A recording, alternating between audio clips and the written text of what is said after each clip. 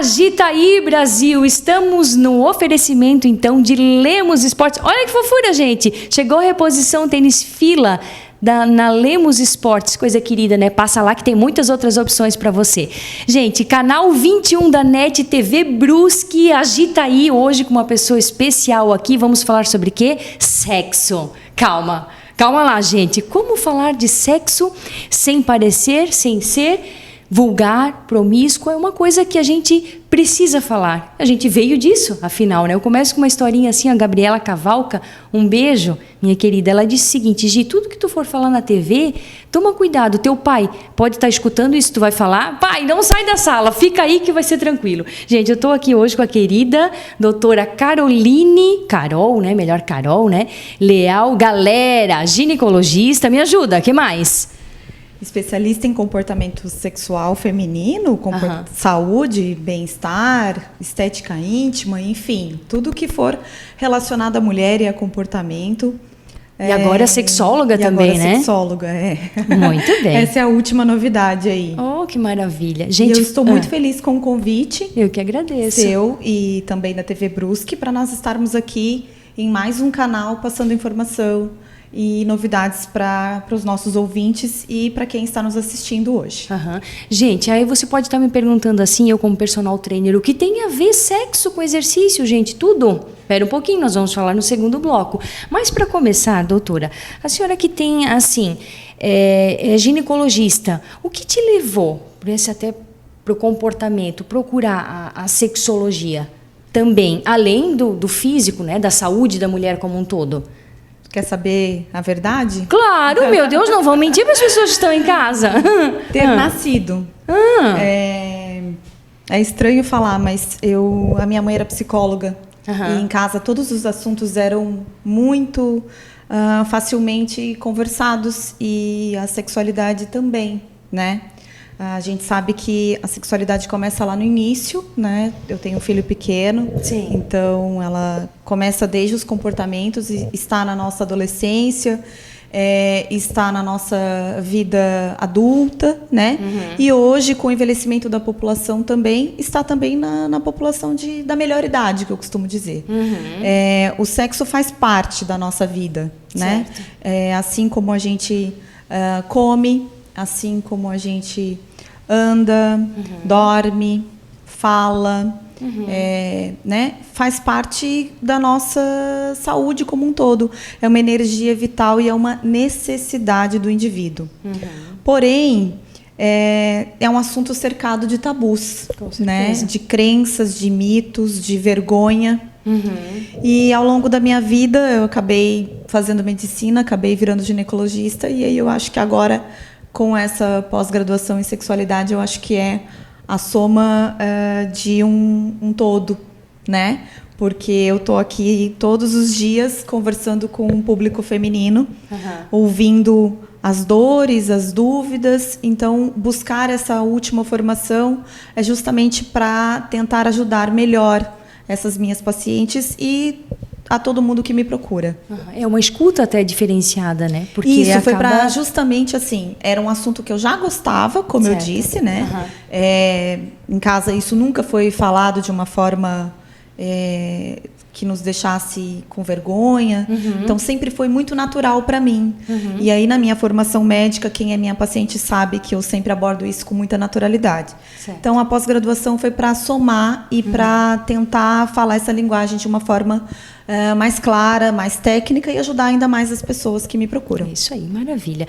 Doutora, quanto que, por exemplo, o sexo tem responsabilidade num casamento, num relacionamento? Por exemplo, eu não gosto da coisa, eu não quero fazer, parei de dar, eu não vou usar termos assim, calma. Assim, quanto que o sexo, a gente escuta, é 70% do relacionamento, 80%, 90%, qual é o grau de responsabilidade do sexo na vida de um casal, por exemplo? Eu acho que isso é muito variável, né? Eu não conseguiria te mensurar, né? Hoje nós temos também as pessoas que se dizem assexuadas e não está errado, né? Mas isso existe. Mas vamos falar na maioria, né? Isso faz parte do relacionamento. Eu costumo dizer que a gente tem amor sem sexo, mas a gente não consegue ter Perdão, desculpa.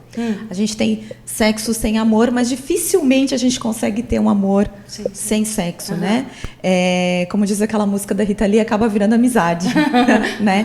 Porque isso faz parte do indivíduo, como eu disse, como faz parte da gente andar, falar, comer, o sexo também faz parte. O problema é que o homem tem um entendimento melhor disso. Por quê? Porque ele desenvolve a sexualidade dele de uma forma melhor que a mulher.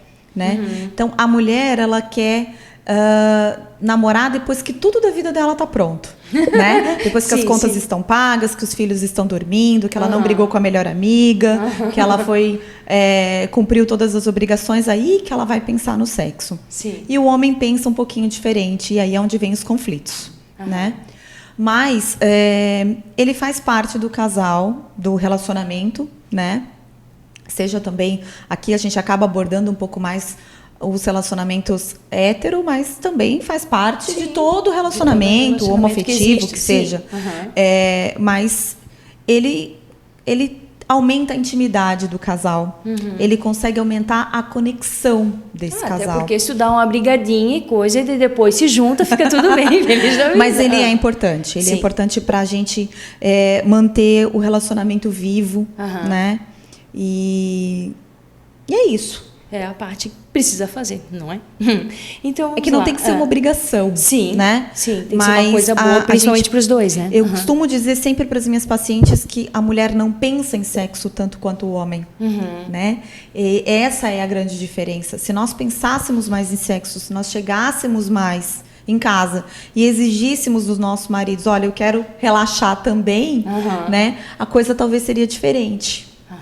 Então, assim, falando em relaxar e vontade e tal, vamos falar de libido, da libido. Quanto que a libido está relacionada, por exemplo, ao fisiológico, a minha testosterona está embaixo, por exemplo, ou ao psicológico, como assim, a criança está dormindo, a casa está arrumada, aí então eu vou fazer. O quanto tem a ver com o fisiológico ou com o psicológico da mulher, por exemplo? Agora você vai ficar triste com a minha resposta. Meu Deus, como assim? Porque é as duas coisas, né? Não tem como a gente dissociar a libido pensando no fisiológico, respondendo a sua pergunta. Muitas vezes faz parte de uma alteração orgânica, é preciso que se procure o médico, avaliar os níveis hormonais, avaliar se faz uso de alguma medicação que pode estar, né, baixando essa libido. A gente sabe que os usos dos antidepressivos, por exemplo, podem alterar, e a gente tem uma população, principalmente a nossa população no Brasil, que faz uso, né, muitas vezes até sem orientação médica, de antidepressivos, ansiolíticos, medicações para dormir, né, o que podem estar interferindo. Como efeito colateral. Nós temos doenças que também podem estar interferindo, né, na nossa libido. Doenças hepáticas, doenças, até mesmo, por exemplo, um câncer de mama, né? As pessoas que estão passando por um tratamento, como é que fica a libido dessa paciente mediante um tratamento médico, né? Então, são muitas questões. E as questões psicológicas vêm para complementar, né? Então, uma vez ela indo ao médico e ela não tem nenhum problema de saúde, né? E aqui eu vou parar para falar um pouquinho também para os meninos. Os meninos também precisam procurar atendimento médico, né? Porque eles também sofrem de alteração de libido, ejaculação precoce, né? Ejaculação retrógrada, entre outros problemas. A hipertensão, diabetes também podem alterar a qualidade, né, do sexo dos meninos. E, consequentemente, a vida sexual do casal. Então, uma vez avaliada a questão orgânica, se está, né, tudo bem, se com tá físico, tudo bem, enfim, aí a gente vai pensar na parte também psicológica, que nós somos um indivíduo único, né? E as duas coisas estão interligadas. É isso aí. Gente, vamos fechar o primeiro bloco. Eu acho que eu tô com um pouquinho de vergonha, assim, de repente, no segundo bloco, eu volto mais sem vergonha, com mais perguntas aqui com a doutora Carol. Não saiam daí, daí a gente vai falar do exercício físico, a importância da autoestima também com relação ao sexo. Até mais, gente.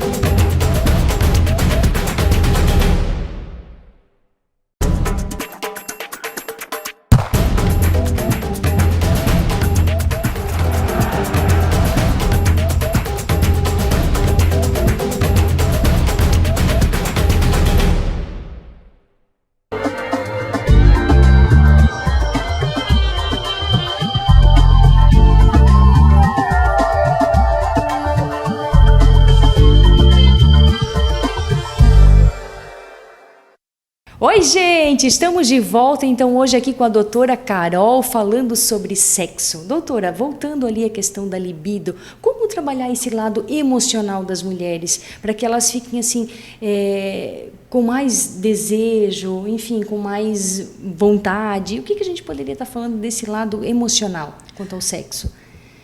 Então, Gi, vamos lá. Primeiro, a gente sabe que a mulher precisa do desejo, a mulher precisa da admiração, da motivação dentro de um relacionamento. Prova disso que quando a gente está num relacionamento inicial, a coisa funciona melhor, né? Então, cabe a conversa. Eu acho que o diálogo com o nosso parceiro é super importante, né? Para que a gente possa manter essa intimidade do casal ali num nível bacana. E também saber que todo mundo tem dificuldades, que todo mundo tem contas para pagar, que todo mundo tem a chegada dos filhos, né? Que todo mundo tem as dificuldades do dia a dia, mas não esperar que a gente vai ser uma mulher maravilha, que a gente vai resolver todas as questões. Eu adoro esse termo, para daí a gente pensar em sexo, né? E então eu acho que a gente tem que manter a novidade. E a gente espera muito do outro, que o outro nos traga essa novidade, né? Então cabe a nós fantasiarmos, né? Pensar na nossa vida de uma forma um pouco mais erótica. Hoje nós temos muitos filmes, muitos livros, né, que podem estar nos ajudando. Eu não estou aqui defendendo pornografia, né? Por favor. Eu estou falando de erotismo, é diferente, certo, tá? São palavras completamente diferentes. Sim. É só a gente olhar no dicionário. E que não tem pecado nisso. Às vezes a gente vem de uma cultura de que olhar uma revistinha é pecado. Ou um filmezinho é pecado e tá tudo bem, mas para tu te sentir bem, vale de uma lingerie, né? Sim. Diferente, né? E pensar também na questão da nossa autoestima, né? Não fazer para agradar ao outro, não vestir uma fantasia ou uma lingerie que seja para agradar o outro, mas para nos agradar também, né? Sim. E o nosso autoconhecimento é importante, né? Então também a gente saber quais são os passos do nosso corpo, o que nos dá prazer, para a gente poder ensinar quem está com a gente também, né? Claro. Ninguém é obrigado a saber o caminho das pedras, né? E cuidar de si, né? Cuidar da alimentação, a prática da atividade física, nós melhoramos a nossa autoestima. Sim. E, consequentemente, a gente se sente mais disposta, né? Nós sabemos que durante a atividade física nós liberamos uma série de neurotransmissores, de endorfinas, o nosso sono é melhor, né? E a nossa disposição para tudo e para o sexo também é maior. Sim, eu sou suspeita a falar, né, de exercício físico, assim, mas o que é bacana, sabes, que eu tenho alunas, às vezes, assim, ó, eu vou contar bom, ninguém vai saber quem é a aluna, né? Mas assim, que chega assim, ó, diz pra personal que o teu bumbum tá, ó, não é? Isso é bom porque mexe com a autoestima, mexe assim, ó, com o parceiro tá... A mulher está mudando como um todo, está se cuidando e isso reflete no outro, né? Com certeza. A mudança tem que ser dentro de nós, né? E quando eu falo para a paciente dessa novidade também, além da atividade física, a gente pode estar fazendo um curso novo, né? Aprendendo uma língua diferente. Então, tudo que é novidade, tudo que a gente traz também um pouquinho da nossa individualidade para dentro do relacionamento, né? E também do companheiro, né? Também buscar coisas que são individuais, que também fazem ele bem. Quando ele retorna pro casamento, pro relacionamento ali, a coisa está melhor, né? As sensações estão melhores. A gente tem uma novidade, né? Para chegar e contar pro outro. Sim, né? Isso é bom. Então eu sempre brinco com a minha paciente assim: seu marido foi jogar futebol de quarta-feira, né? Não tem problema. Sai você com as suas amigas, vai assistir um filme diferente, vai ler um livro, né? Vai cuidar de si. Porque os dois voltam bem, né? Porque os dois voltam melhor. Sim, né? E aí tudo flui melhor. Até a questão emocional, às vezes, né? O menino é muito visual, né? O menino viu ali o bumbum. Isso é comprovado cientificamente, né? Os homens, eles têm uma resposta sexual mais rápida e melhor com o visual, né? Sim. A mulher, ela é mais do som, ela é mais do tato, ela é mais auditiva, né? Então a gente explorando tudo isso e não partindo para a relação sexual direta ali, aquela coisa, né? é aquilo ali, tem que ser e pronto, explorando todos os sentidos, trabalhando os preliminares, né? A gente consegue ter uma relação sexual bem mais bacana e prazerosa, porque o importante também é ser feliz, né? Sim. O sexo, ele tem que ser uma fonte de prazer, ele não pode ser uma fonte de angústia. Com certeza. Até assim, a questão de tu mandar uma mensagenzinha, por isso que no começo do namoro tudo flui, né? Não estou dizendo que no casamento não flua, mas é porque tem mais atenção e tudo aquilo que tu coloca atenção fica bom. Então, Gi, mas por que as pessoas perdem isso, né? Ao longo do relacionamento, Sim. né? São coisas que não deveriam ser perdidas. Os filhos chegam, mas a gente precisa montar uma rede de apoio, né? Pedir ajuda para uma irmã, para uma mãe, para uma sogra, para a gente poder ir ao cinema, por exemplo. Aquele Vale Night, que é tão importante para o marido e para a mulher. Mas a mulher, ela acaba querendo ser a Mulher Maravilha e ela quer assumir todos esses papéis de trabalhar, de ser uma excelente mãe, de ser uma excelente esposa, e aí nem sempre a gente dá conta de tudo. Então, essa cobrança que a gente faz muito com a gente, né, em todos esses aspectos da nossa vida, também pode ser prejudicial. Claro, porque então, daí tentar levar a vida de uma forma mais leve. Porque a gente não consegue dar conta de tudo, né? Então, assim, a gente tem que realmente pedir ajuda, fazer diferente para o negócio do vamos ver se é bom. Por isso que eu falei no primeiro bloco que a mulher precisa pensar mais em sexo, né? Se ela for um pouco mais egoísta e pensar um pouquinho mais em sexo para agradar, para ser gostoso, para ela e para o parceiro, muitas outras coisas da qualidade de vida dela aumentam e melhoram, com certeza. Tem que pensar mais em bobiça, também faz parte, bobiça no bom sentido, né, gente? Vamos erotizar, vamos erotizar. Vamos fantasiar. Isso dali faz parte. Deixa eu ver, para fechar já esse segundo bloco, a gente falou do emocional e também das medicações que possivelmente podem diminuir essa libido. O anticoncepcional, dá para puxar um ganchinho e dizer assim, ó, alguns diminuem a libido, alguns médicos indicam, outros não. O que tu poderias dizer a respeito disso? Na literatura médica, Gi, nós não temos comprovação, tá, de que o anticoncepcional vá diminuir completamente a libido dessa paciente, né? Ou não, tá? Prova disso é que com o anticoncepcional a mulher passou a ter uma liberdade sexual maior. Porque ela fazia sem medo? Sem medo de engravidar. Ela passou a exercer melhor a sexualidade dela. Então, se você for olhar com este foco, né, ele melhora a libido. Certo. Mas nós sabemos também que eles são hormônios, né, e que eles nos dão uma estabilidade hormonal. Então, aquela flutuação hormonal que a mulher tem lá no período fértil, ela está com os hormônios, vamos dizer assim, mais à flor da pele, né? Para que o desejo aumente no objetivo da reprodução, né? E isso com o anticoncepcional a gente não tem. Por isso que algumas pacientes podem fazer essa queixa, né? Mas vai ser daí a maioria dos anticoncepcionais, porque a gente vai acabar mudando uma coisa por outra. Mas nós temos métodos comportamentais, nós temos dispositivos intrauterinos que podem, né, ser uma alternativa anticoncepcional para essa paciente, não necessariamente com hormônio. Eu acho que tudo é pontual e é caso a caso, né? Então, o que eu posso dizer para quem está nos ouvindo é que, na dúvida, conversa com o seu ginecologista, né? Que ele vai saber o melhor caminho para ti, com certeza. E para fechar, né, doutora, esse segundo bloco, eu digo o seguinte, gente, tá em casa ali, quanto tempo faz que não vai no ginecologista? No mínimo uma vez no ano, né?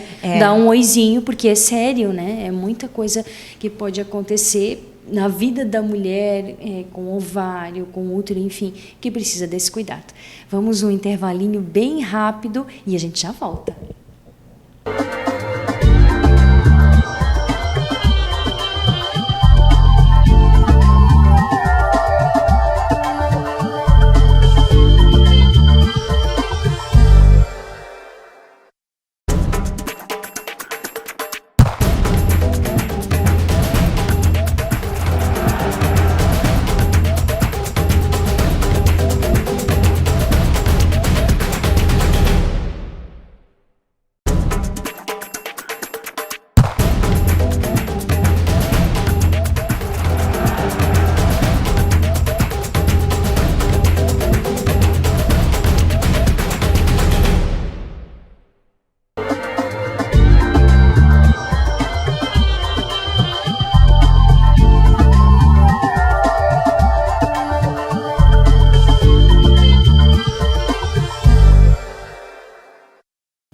estamos de volta aqui com a doutora Carol, o último bloco falando sobre sexo. Doutora, e para aquele homem que gosta da coisa, que é de manhã, de tarde, de noite, tu pensa, meu Deus, esse homem não para? É ele que está precisando de um tratamento, está viciado, precisa de um psicólogo?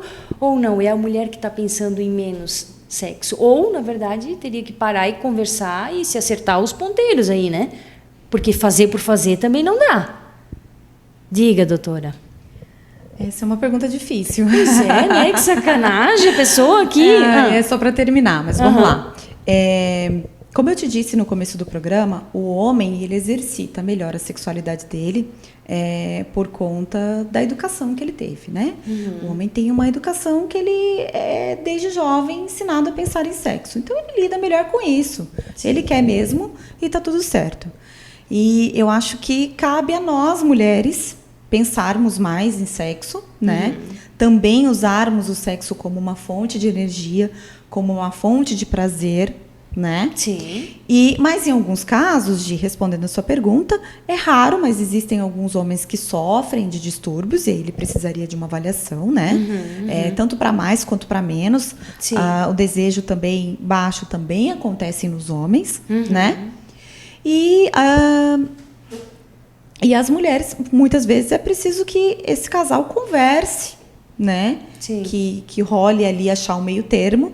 E a sexologia, a terapia sexual, pode ser um aliado nesses casos para auxiliá-los e mediar esse... Sim, nem tanto e nem tão muito, nem tão pouco, para né? que possam conversar de forma aberta, tá? De forma bem clara com esse profissional, que vai poder estar ali, digamos que apoiando e aparando as arestas para que o casal chegue aí no meio termo e sejam felizes. Perfeito. E para aquela mulher que está nos assistindo, doutora, e que de repente a gente fala em orgasmo, em chegar lá, e clímax, e não sei o quê, e que não sabe nem do que a gente está falando, de repente assim, tem a situação, poxa, mas e faz só por fazer, e tem até em números isso, uma porcentagem de mulheres que chegam lá, não tem como mediar, não tem como medir isso, né? É difícil mensurar, Gi, porque isso é uma pergunta muito comum do meu consultório, tá? Doutora, o que é um orgasmo?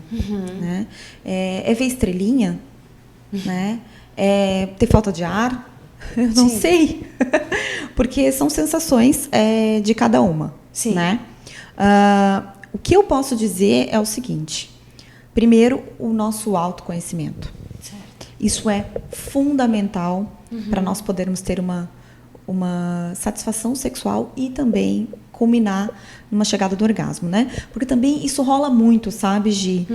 Eu quero chegar no orgasmo e toda relação sexual tem que culminar no orgasmo. Não, não tem, tá? A relação pode ser extremamente satisfatória, ela pode ser muito gostosa do ponto de vista emocional, do ponto de vista das sensações, sem necessariamente chegar no orgasmo. Então, o orgasmo também não pode ser buscado ali como um pote de ouro atrás do arco-íris num dia de chuva, tá? Né? É com leveza que a gente chega lá. Certo. E com muito carinho, com muita paciência da parte do nosso parceiro e com autoconhecimento da nossa parte. Até por uma cobrança maior e que tem. Não, uma cobrança do homem e uma cobrança da mulher também, né? E ela também, como eu disse, né? A gente não quer, a gente não quer desagradar nunca, né? Sim. Fingir não é bacana. Fingir acaba causando muita frustração e até dificuldade desse relacionamento no futuro, tá? Então, na dúvida, também ela pode estar procurando o seu ginecologista para conversar sobre isso e também pode usar a terapia sexual como um real, fiel e adequado aliado para ela aprender, né, a chegar lá e enfim, para ajudá-la. Exatamente, porque assim, se tu tens, será como é que é? E tem na dúvida, procurar profissionais que te escutam. Acho que a escuta vale muito, né? Dizer assim, tá, mas como é? E vai tentando isso e aquilo, enfim. Aí o fato de tu falar, eu acho que ajuda muito, né? Com certeza, chegar aqui, como estava falando, tantas mulheres chegam aqui e expõem o problema, acho que já ajuda muito, não é verdade? Eu acho que quando a gente guarda as nossas dúvidas, né? E quando a gente não busca ajuda, o fardo se torna maior, né? Então, eu acho que dividir isso, né, com o seu companheiro, dividir as as suas insatisfações, né? Falar o que está legal e o que não está. Claro. Né? É o sucesso aí para a gente ter uma vida 2 bacana e, consequentemente, a vida sexual. Doutora, essa seria a mensagem final ou tem mais alguma coisinha que poderia deixar para o pessoal de casa, assim, como mensagem final?